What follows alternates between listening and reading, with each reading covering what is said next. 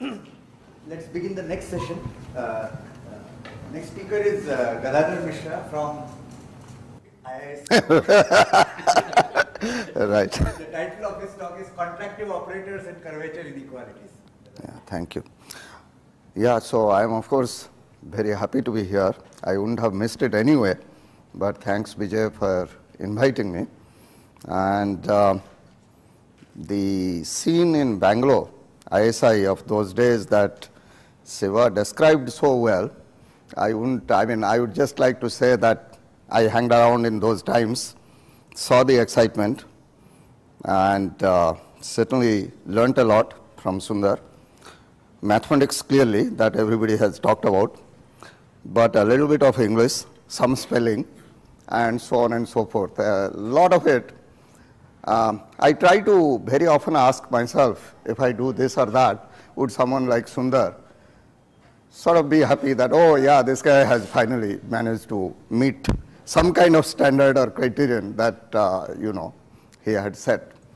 So it was a very good feeling to be there at that time. We did lots of things together. And the environment was not quite the same. I mean, he left, was rather unfortunate. And we'll talk more about that perhaps later in the afternoon. Now, coming back to this talk, I mean, my talking abilities are somewhat limited. Kalyan talked earlier about being technologically challenged. I am talk challenged. I am mathematically challenged, and every other possible way challenged. So you'll have to tolerate me. I'll try to quickly go through a couple of things. Let me be on the other side. And to make matters worse, not only that I am very afraid of Sundar, being there and trying to, I have to keep track of spellings as well as this, that, and the other. So I have put in some kind of color scheme and whatnot, which will perhaps distract you enough so that you won't notice all the math that is messed up. But that apart, I see a camera and stuff. So I hope the technology is advanced enough to correct the math that that's not put in there right. So anyway, we begin with some very simple ideas, which actually goes back to the days when I was doing my PhD. There were some problems there that that were left unresolved, and I'm going to report what we have been able to do 30 odd years from those days. So we begin with a holomorphic map. To begin with, only on a unit disk, one-dimensional situation for now, but I'll tell you what one can do in the multivariate case later on. So this is just a holomorphic Hilbert space valued function, and that's what I mean by being holomorphic. The map gamma omega inner product zeta is actually holomorphic as a scalar valued function for all vectors zeta in the Hilbert space H. For the kind of Hilbert spaces that I am talking about, this again is something that I must emphasize, that the derivative of such a Hilbert space valued holomorphic function often lies in the Hilbert space itself, thought of as a linear map. So gamma prime of omega is really a map from C to H, and I can identify that as a vector in H. It lies. You might have to make some assumptions about this Hilbert space H. I am typically assuming the Hilbert space H itself is a Hilbert space of holomorphic functions. So I have this two-dimensional vector space, if you like, vector subspace inside the Hilbert space H, and one wonders what can you do with just this very simple two-dimensional vector space. One is given by gamma omega, the other is gamma prime omega.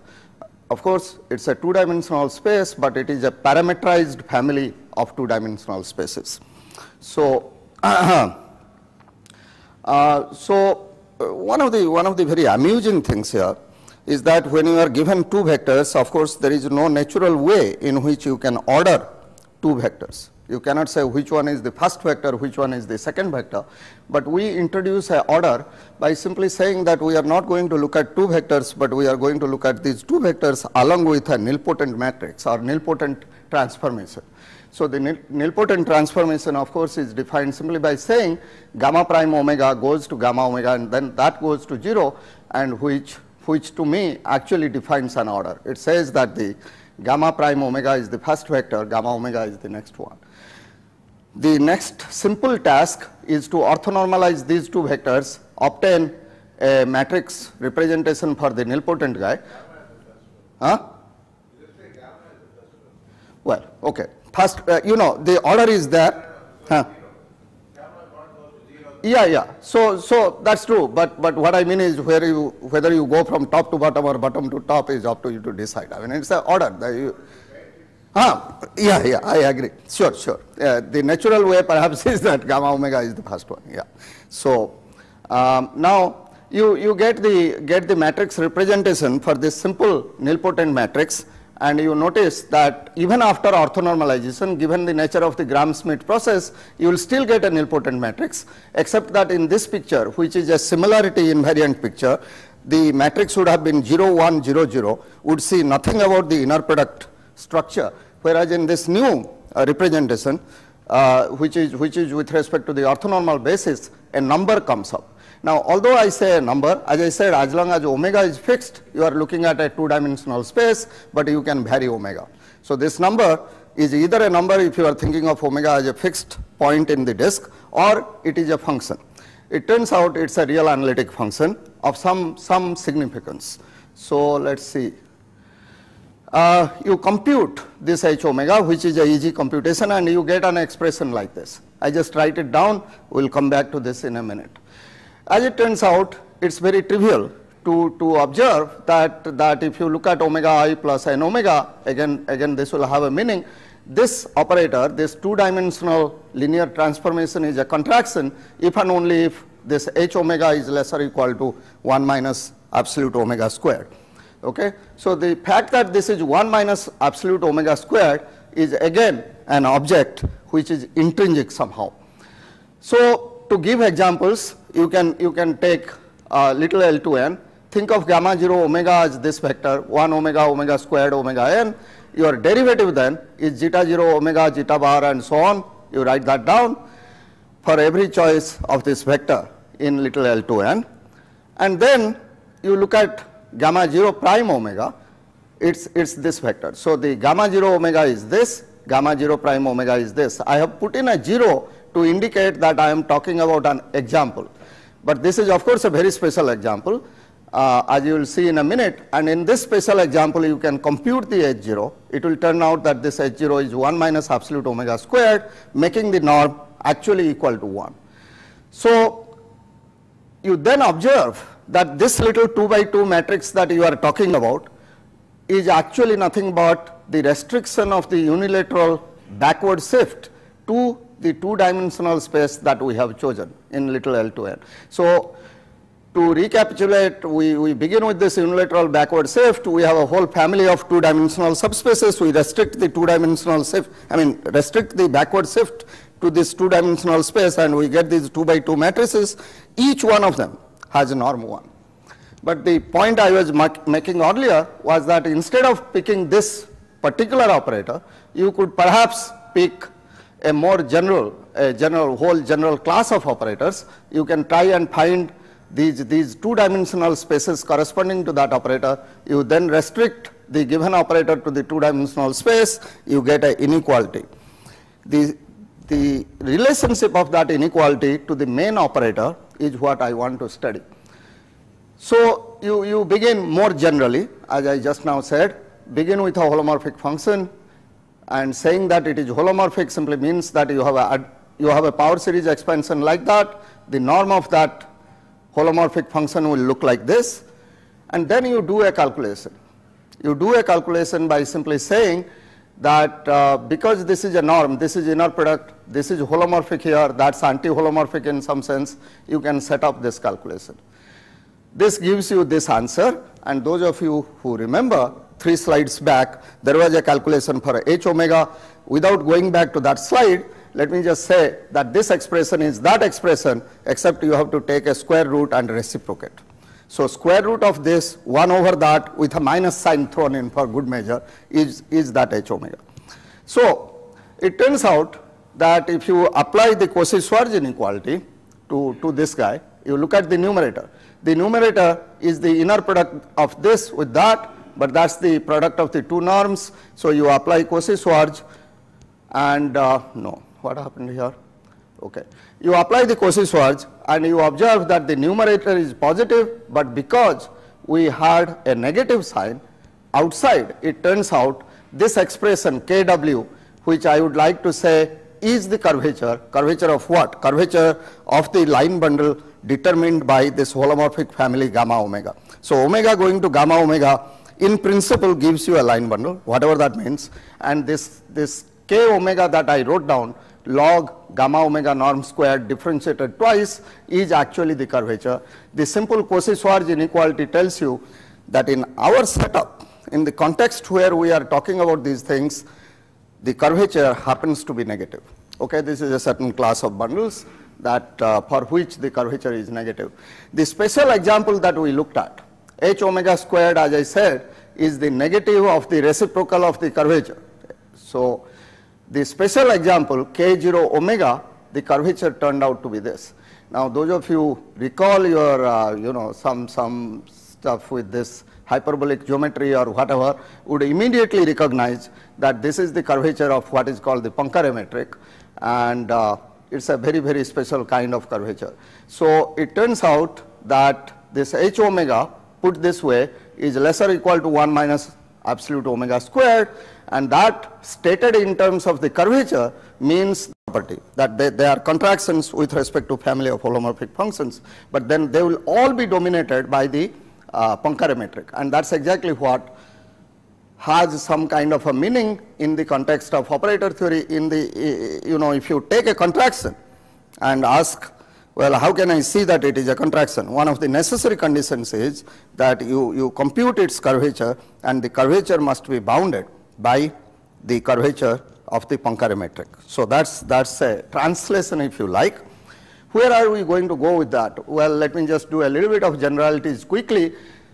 So this is what I said, this language, the business about the curvature comes from the fact that I am talking about this is a trivial holomorphic line bundle. That simply means that I have a holomorphic function from the disk taking values on this in this Hilbert space. Okay, and then this is the Hermitian structure of that holomorphic vector bundle. So then it becomes a holomorphic Hermitian vector bundle, and the k that I wrote down in that context is the curvature. So let's define a family of operators that we want to study and that fits this situation. So T, we begin with T from H to H, which is a bounded linear operator, and we make these assumptions. We say that for each W in D, each W in D is an eigenvalue for this operator T. Omega going to gamma omega is the eigenvector with eigenvalue W. So this eigenvector is not determined completely unambiguously. You have a choice of multiplying with a constant that depends on W. The assumption here is that you can make a choice of that eigenvector in such a manner that omega going to the eigenvector at omega is a holomorphic map. Okay, this may not always happen, but we are making the assumption that you could do it. Then you assume, not very unreasonably, that the dimension of this eigenspace is 1. You can actually work with operators where the dimension is actually bigger than 1, but that's not something I'll do here. Yeah. Is gamma omega a unit vector? No, not at all. In fact, with a unit vector, you won't be able to do this. Uniform multiplicity. That's why I said eigenvector, the dimension of the eigenspace is 1 for all W. Yeah. General, you said, made a comment that that is not necessary. Oh, the general is general. That means in the Cohen-Douglas theory back 30 years ago, they assumed it's a uniform multiplicity n. Okay, but over these last 30 years, I certainly have tried to work out various situations where the uniform multiplicity assumption is dropped. That makes much closer contact with ideals in polynomials and stuff like that. So anyway, the class of operators B1 omega, so that is the class that I call these things, any operator that satisfies this is called B1 omega, and that was introduced by Cohen and Douglas. They talked about this holomorphic Hermitian vector bundle determined by gamma that I have been talking about. So as a result, the curvature function k is a complete invariant for the operator T. That's one of the main theorems of Cowan and Douglas, that the curvature and the operator T determine each other in this situation. So you have a complete sort of numerical invariant. I wrote down a expression, I wrote down a computation, d squared d bar of log gamma omega norm squared. It's just a real analytic function.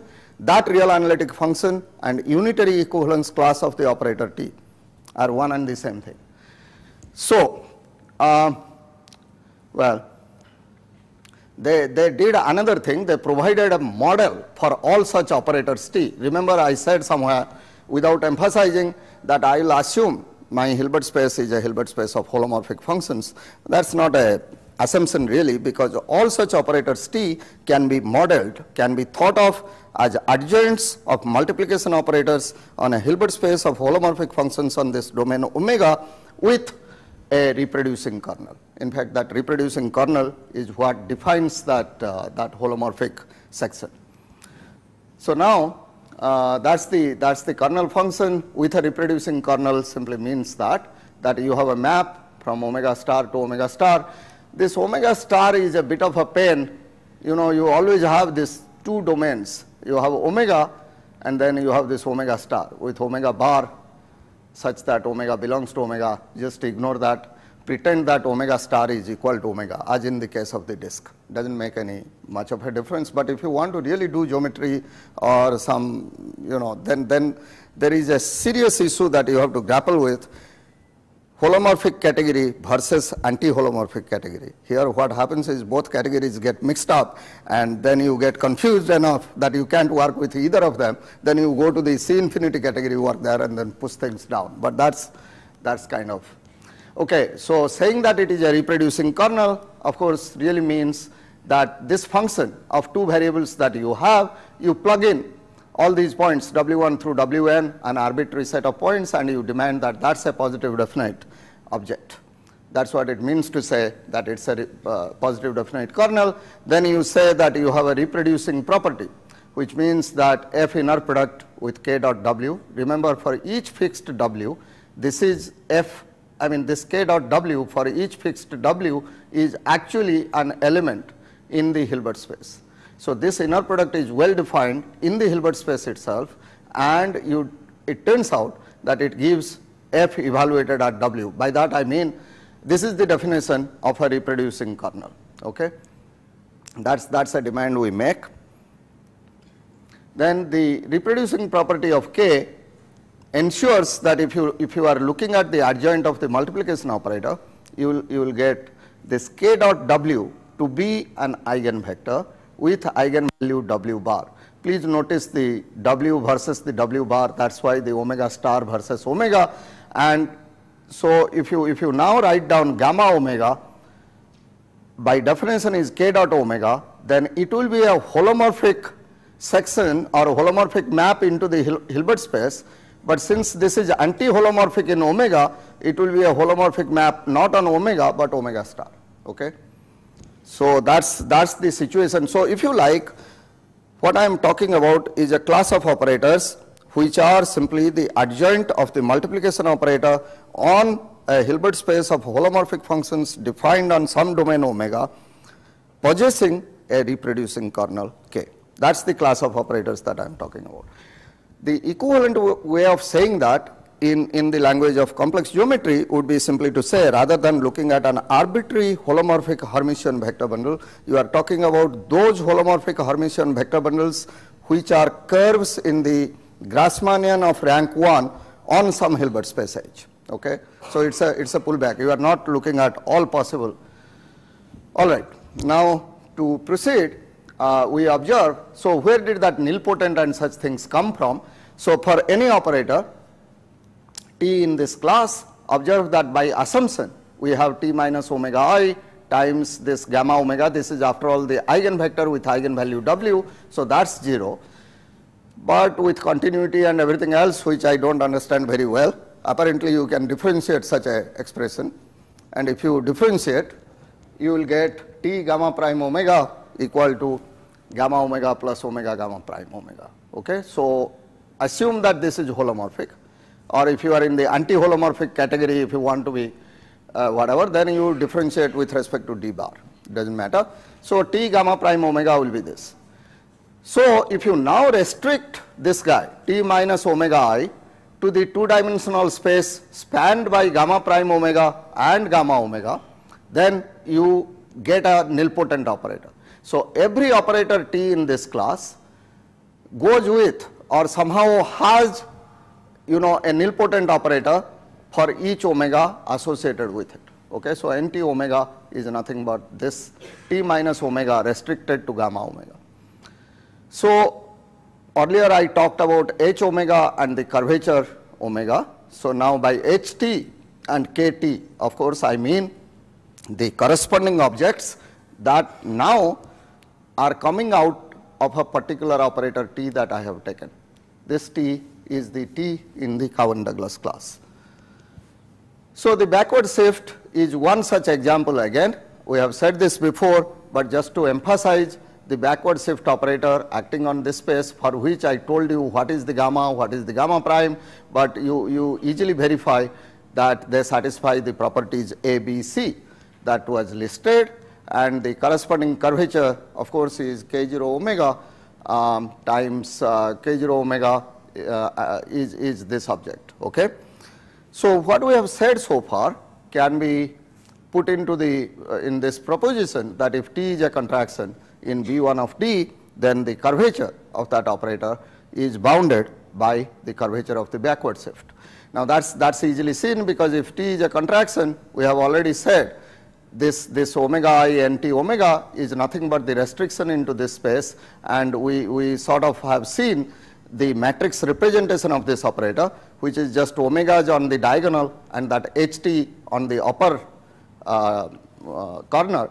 And if you do a calculation, we have said that HT omega will have to be less or equal to 1 minus absolute omega squared, which is exactly this inequality. All right. Now, this was all stuff that was known many years ago. What's new? So, you can play this game with a weighted shift. Rather than looking at just the backward shift, you can look at an arbitrary weighted shift. I am not going to spend much time on that, but here is a backward shift. If you like, you can compute the eigenvectors and eigenvalues. You ensure or verify for yourself that for weighted shifts like this acting on L2 through these weights W0, W1 and so on, you write down the eigenvector, convince yourself that the eigenspace is of dimension 1. So, you can see that such a operator T is a contraction if and only if the sup of the weights is at most 1, the gamma omega norm squared is easily calculated, it is this. The curvature therefore can be formally written down, because this gamma omega norm squared is given to you. The curvature can be written down as d squared d omega bar d omega log of that thing dominated by the curvature of the backward shift. Assuming only that, so this is a very complicated inequality if you like, but it comes from only the simple assumption that the supremum of the Wn's are at most 1. Now, this is again an example. This is true of any contraction in the Cowan-Douglas class, but I am saying for weighted shifts, this is something you can do by hand. All right. What about the converse? That's the main question. That's the question that I was not able to answer many years ago. Didn't even understand what the question meant. In fact, Sundar and I had briefly talked about it again when he was back in ISI Bangalore. So, what about the converse? So, here is the operator T. You take a hammer, break it into small pieces. Each of the piece remains a contraction, and each of those pieces gives you an inequality on the curvature. The curvature is a complete invariant for the operator. So, you should be able to, I mean, one then imagines that information about the curvature should capture everything about the operator T. So, one of the questions you ask is, how do I see whether an operator is contractive or not by looking at the curvature? So, one part we have discussed, namely if it was a contraction, then the curvature inequality is there for you to see. But if you have the curvature inequality, does the operator T become a contraction? So, that's the issue that one tries to address, and it's not hard to see that counter examples are easy to construct. This is the reason why I worked out that weighted shift description, so that you don't feel that all this is gibberish. So here is a weighted shift with weights given like this.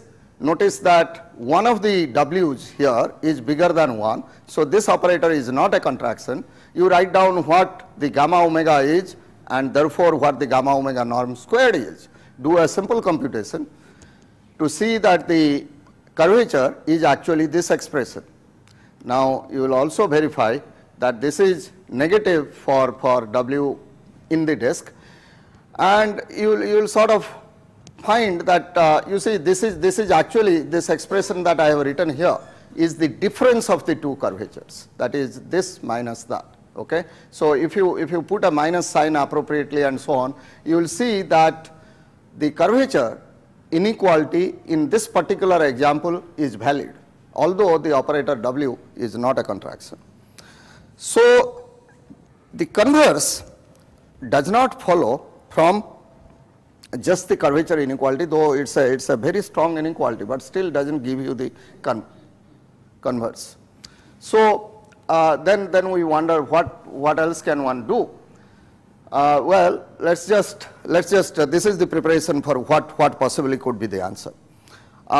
So we begin again, go back and sort of say that you have your holomorphic section. You write the holomorphic section in this way. Okay, write it as a power series. Gamma omega is of this form. Take the gamma omega norm squared, and gamma omega norm squared must look like this. I am just taking the inner products there. Now remember, these W square and whatnot are not really, I mean that's the variable, zeta 0, zeta 1, zeta 2 are not orthogonal or anything like that. So the norm will be of this form.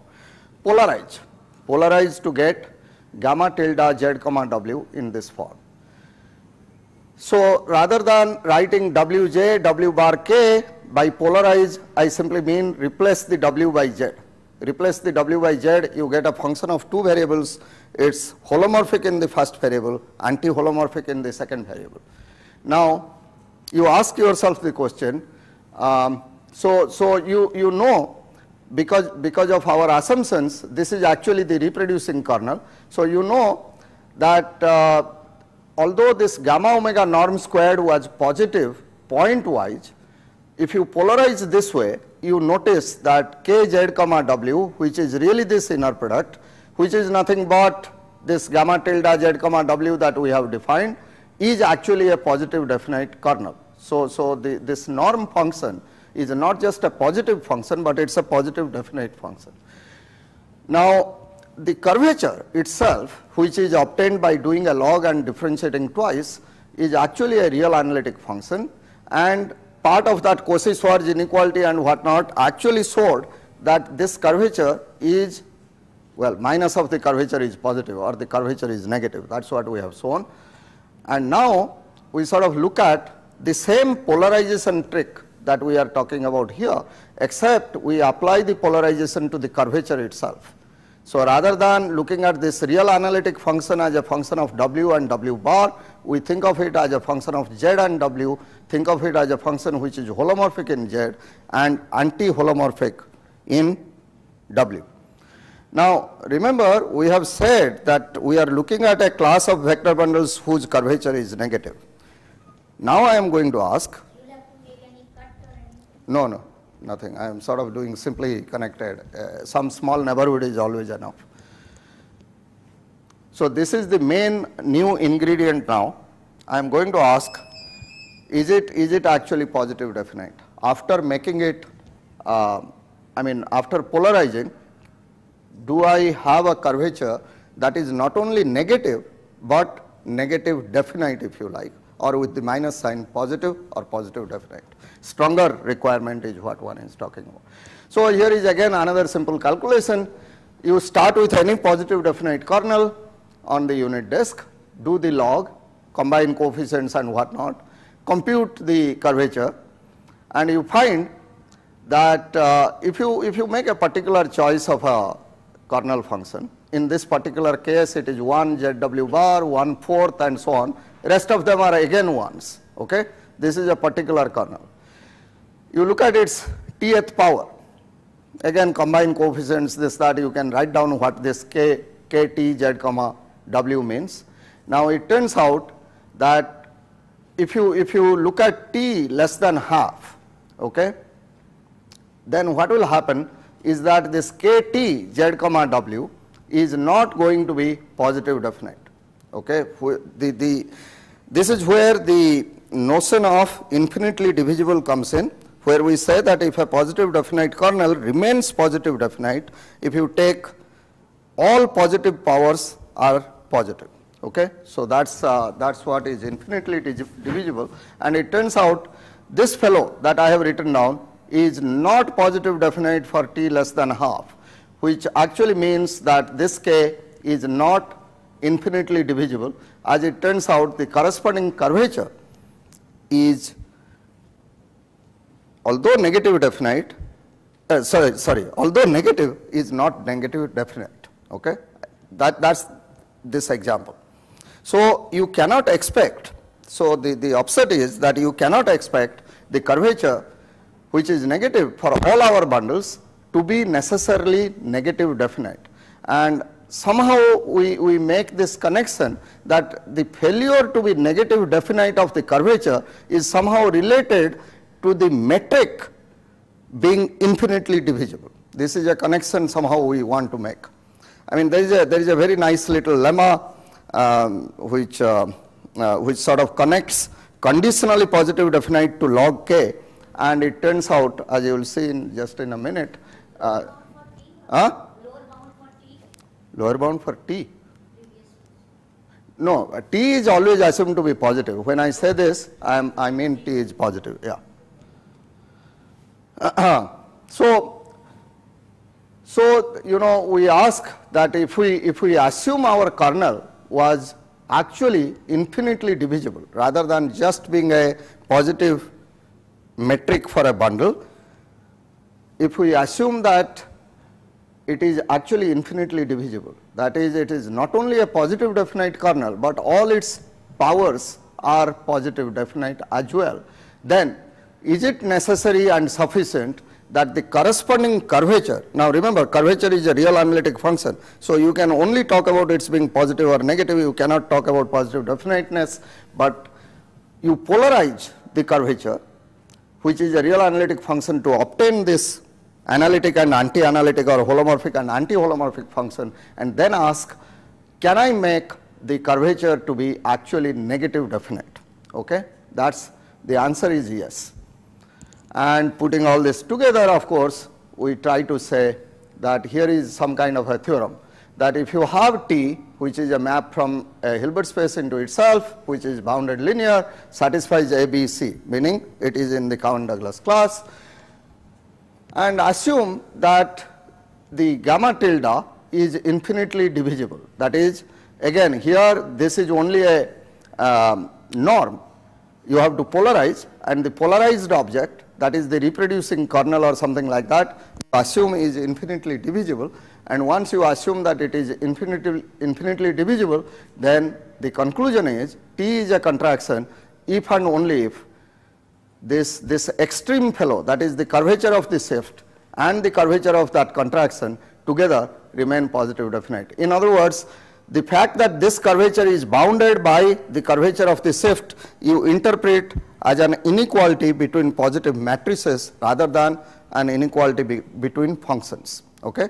Initially, these curvatures are only functions. So I could have said that this is greater or equal to 0 or some such thing, but rather than saying that, I want to say that you interpret this as an inequality on matrices. The proof is rather nice.